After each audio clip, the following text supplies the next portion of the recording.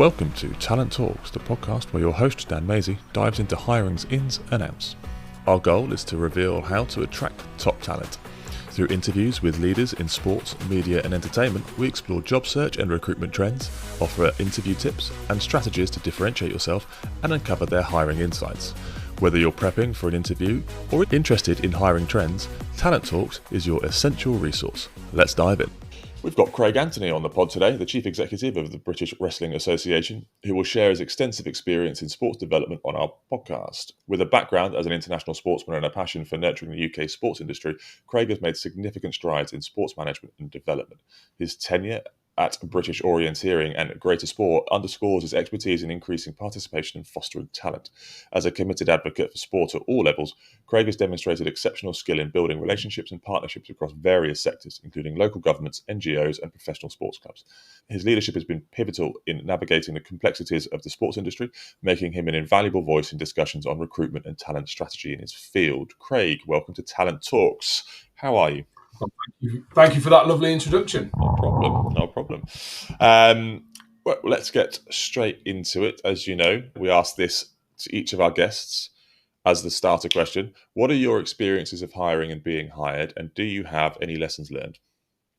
Yeah, a whole range of different experiences from both sides of the spectrum. I've had some, talk about myself personally, I've had some fantastic opportunities and been provided with, the majority of my career has been through public sector funding, either through local authority or public money into governing bodies. And so that comes with it a level of transparency in recruitment processes and requirement for application forms and very structured recruitment, which is quite good, but can be quite long-winded.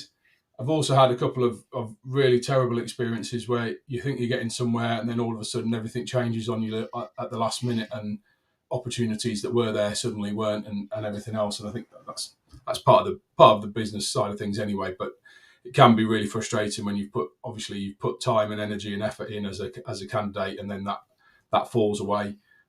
I think one of the things that I really commit to do whenever I hire is I speak to everybody who we interview, whether they've been successful or not, to provide them with at least somebody to come to for feedback. It's often not that first call that gets you the feedback. Often you want to take the information of being successful or not and run. But I'm quite happy and always do offer that opportunity to provide feedback, because I think where I've had a good experience, that's been what's been really good about it. Whether I've been successful or not is what could I have done better? How could I have improved? Or what could I have done to get the job in the future?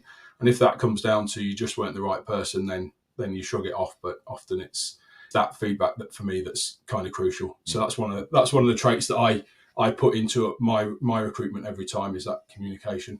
So I think it's my experiences and therefore what I've delivered when I've been recruiting has been quite structured in that way in the majority of cases, because it needs to fall within certain boundaries of governance and transparency with public funds.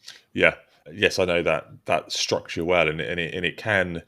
On a previous podcast, we were talking about how there is a level of, or there needs to be a level of effort from a candidate to make sure they're not just pressing apply, and actually the structured approach, especially within the public sector and the NGB side of the world, is you have to make the effort. You can't just click apply to it because of that, and that means you're getting people that are motivated to join the organisation, which then folds on in terms of the more work that you do in terms of that comms and that transparency, etc., for the candidates, means that actually you're already into that selling the organisation, selling the candidate back and forth without actually having to make much effort in terms of what you're really doing. It's just the norm, is what I'm trying to say there. And so, yeah, I think it is the norm, and I think one of my biggest learnings and biggest frustrations over the past few years, as I've started to recruit for roles that are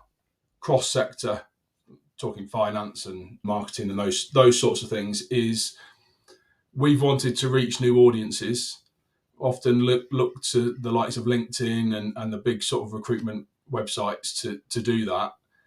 And you get a lot of interest, but it doesn't have a lot of weight behind that interest. You kind of implied it there as well. You get a click here for easy apply, it kind of doesn't help, Mm. because the majority of those people are just clicking easy apply for everything that they can see. And so even when you you say that looks like an interesting person, they're not actually that interested in the role. And so that more structured point. And I think one of the downsides, I suppose, of public funding is you want to wait for that deadline to make sure that you articulate early. You say, we're going to put this out. It'll be out for 3 weeks, 4 weeks, whatever it might be. And we're not going to shortlist till after that point. And you often, and we have lost candidates because of that as well. They've applied, something else has closed, they've moved on and been successful elsewhere. So it comes with some benefits and some downsides. But I think you're being upfront and and it comes back to this transparency piece. The candidate, when he or she applies, knows that's the time frame. So yes, you lose candidates in that time frame because they inevitably are applying for other roles at the same time, and things might come up for them. But at the same time, it's not a case of I just haven't heard back and I don't know why. And I think that's the key element and the key issue at the moment is the amount of times where you just don't have that information. And I'm personally someone that thinks that why aren't we sharing salary bands, or why aren't we sharing timeframes? And if you want somebody quickly, then state that you need somebody quickly, because again, you get into a process of, okay, well, I'm going to apply for this role. I've got 3 months of notice, and but actually the agency go, well, actually we need someone to start in 6 weeks, and I'd be really interested in this role, but I kind of can't now, and I might be a really good fit, but it doesn't work. And it kind of goes back to a point we were discussing earlier around that flexibility within organizations to make sure that they can get what they need from a talent perspective as well. Absolutely. Are you? No, it's the structured piece. It's been my experience, but then as a candidate, I've sort of had a couple of other experiences, and I'm not necessarily sure that it's better. And certainly, I agree with you. Transparency on salary bands. I think anything that says competitive in a sector that's so varied such as sport is just, it's wrong, if I'm honest. Yeah. There's no other way of putting it. You know how much you've got to be able to commit to that.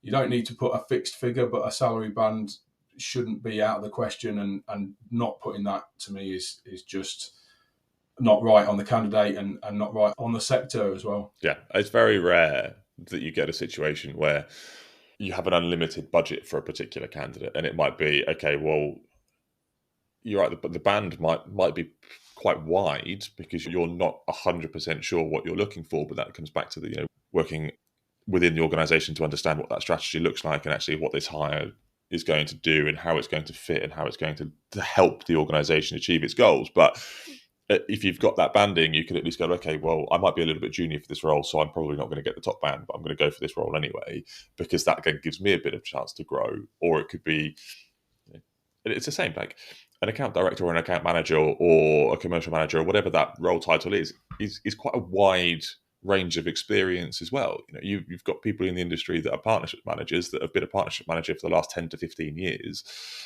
And that's just because that's the nature of the organisation that they're in. They would be a head of or a director anywhere else or somewhere else. But and I don't think that's necessarily just in sport, but I think sport is a little bit more prevalent in sport because of the range of organisations, from agencies, rights holders, NGBs, governing bodies, all of these different kind of national federations, all these different big and small organisations, means that it is a bit of a roll of the dice as to actually exactly what that looks like. And it's. And I think there's so many of those roles that are dependent on size of budget of organisation, and that is so varied and very difficult to determine if you don't know the sector well enough. So you look at a competitive role and put it at a professional club like Man City, and the same competitive offer at Salford FC, the bands are going to be very different because the scope is very different. One's trying to attract the local area, one's trying to attract the globe.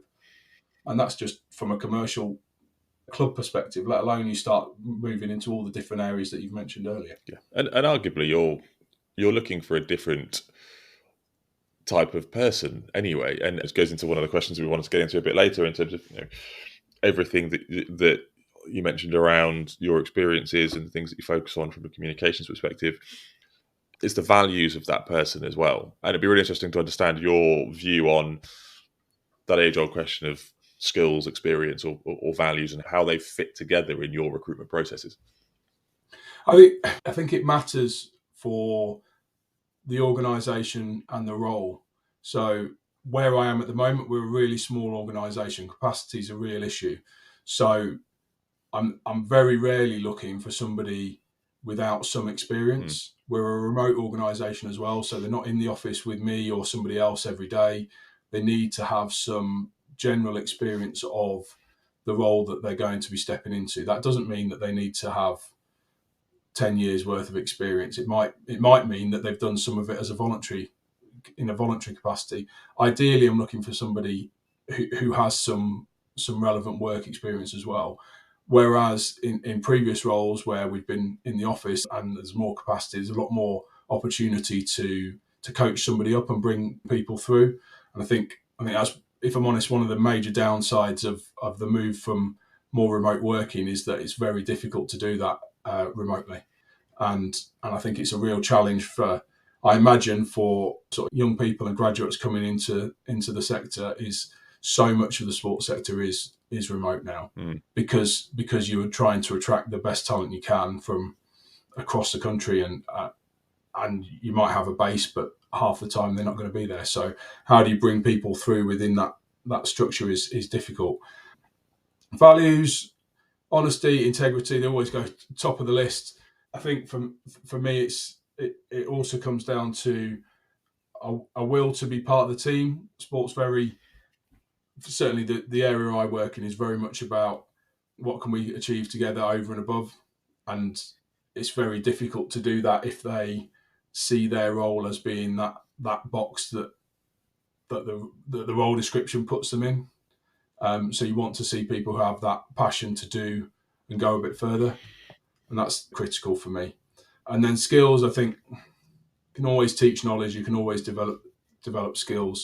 So really it comes down to that desire and that fit for the organisation, really. Do you think that in the position you're in now, a traditional role description is fit for purpose in the terms of, I've spoken to people around, how can they bring, just from a candidate side, how do you bring yourself to life on a CV?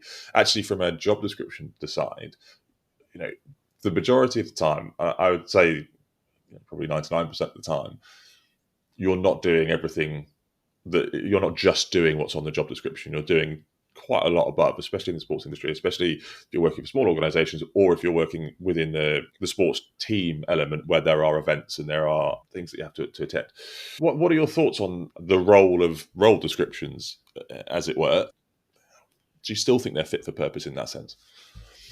I think it's really interesting. I had a colleague of mine who I brought on to when I was at Orienteering, who really enjoyed working with us because it was a lot less structured than where he'd been previously. So he'd been involved in another organisation that had gone from a very small organisation and grown quite significantly over a six-year period. I think he was something like that. He was there. And what he felt had happened in that time is they'd gone from everybody, we're all in it together and we're all chipping in and doing all our bits, to, no, that's my role. I'm doing what's on my job description and we're not all helping each other. And I think it's something that probably is reflective, I'm sure, in other areas where you have startups and they sort of build, and then the more processes and procedures come into place and everything moves in that direction. So I'm sure there's a role for role descriptions. I think it needs to be more flexible the smaller you are. And that's why, for me, the majority of organisations I've sort of worked through over the past 10 years or so have been smaller, and we have needed that ability to ask people to chip in and help out with the weird and wonderful things. And that final bullet point on any role description that says any other task commensurate with the role starts to fill a whole void of other things that need doing. such as fixing the toilet, which was part of my job the other week. Yeah, good. I mean, extra job as a handyman as well. Absolutely. When you are recruiting and you're interviewing, and the fact that you're speaking to every candidate regardless of success or not is the great thing. It also means that you then get to know them in a different way. So if another role comes up and you think actually they might be suitable for that one, they're going to still be amenable to the organisation because the experience has been good. I want to flip it a little bit, and you mentioned a couple of slightly less positive experiences. What are the things that happened there that that made it negative, and at the same time, how do you make sure that doesn't happen within your organisation if, for example, you're not the one that happens to be leading that particular recruitment process, albeit you're still involved? Yeah, I mean, I think it's something you mentioned earlier. To me, it always comes down to communication and honest communication. If I'm timely as well, I think that's the other thing that it can be incredibly frustrating is if you just don't hear for 4 weeks, 6 weeks, and then you get something after the fact that says, "Oh, by the way," like that doesn't do anybody any favors, and it's often a 2-line email. Not from the person who was responsible for recruitment, but from somebody who's had to fire out the emails just to tick a box somewhere. And I think that sort of stuff is really bad. I try to impress on all of my team the need for that communication and for it to be open and honest and transparent. And we go through a process in terms of recruitment where we look for best fit. That doesn't always mean you're taking the top candidate. It means taking the right candidate. But we communicate that back to people, and I try and encourage all of my team to do what I do, which is just reach out to. You're not going to reach out to everybody who sent in a CV, and I don't think I would expect that either.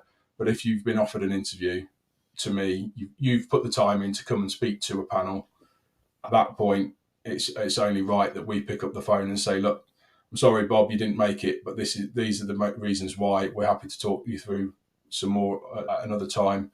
And invariably, most of the time, they're not after more feedback. A couple of one-liners is kind of all anybody really wants. But yeah, so that for me it's just so important to maintaining good relationships. The sector's not massive. Certainly from a development side of things, the sector's not big enough to be, what do they say? Don't pull the ladder up on your way up and similar on the way down, because you never know who you might need to meet in another time. So for me, it's about personal relationships always. And if you can maintain them to a basic level, even when you're offering bad news, then that's got to be the right way to do it. Yeah, I think it's critical. And I think it comes back to, again, we've touched on it briefly already, but I think now more than ever, or over the last few years more than ever, I should say, and whether COVID and lockdown accelerated this or not, but certainly with back end of the millennial generation and Gen Z coming up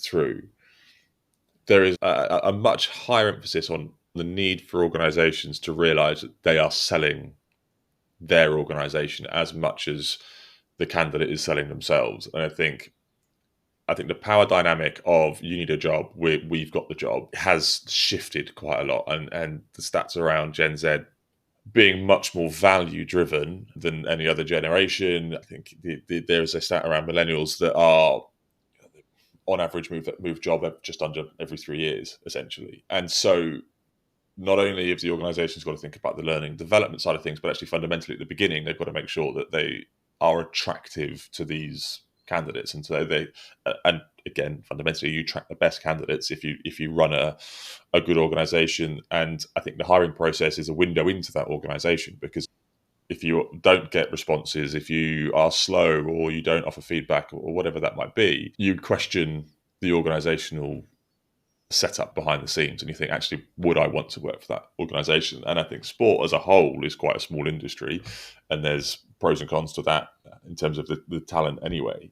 But certainly, as you mentioned from the development side of things, if somebody has a bad experience, and people are always going to have, there might be something that kind of rubs somebody up the wrong way, and that's natural. But if somebody has a fundamentally, or the experience or the organisation have run it in an incorrect way or a wrong way, then that news travels pretty quickly. And so, and that person might be in a position in 5 years' time where you think, actually, I kind of want to work for that organisation and work for them. And it's just not going to happen because they've gone, you know what, I've had a bad experience here. And it's happened to me in terms of people that I know that I would never want to work for again.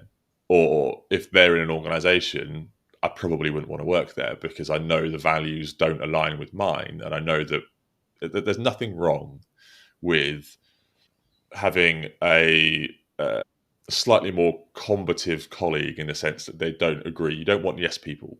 And you want people to make sure that you're challenging and your opinions are being challenged because that's the way you improve. But at the same time, you also know the people that you're just not going to work with because they just don't align with the way that you feel the organisation should be.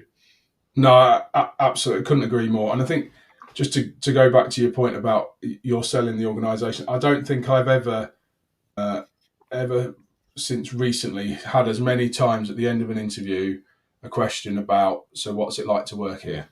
Or what's the culture of the organisation? Coming back from the candidate. And I think it's often, so we typically run a panel of 3, which will be the lead person, another member of the team, and then we try and bring somebody external in to provide some external viewpoint. We're not big anyway. There's a lot of questions about or challenge about how we are transparent, and we think that offers a level of transparency that a person involved in it isn't somebody within the organisation.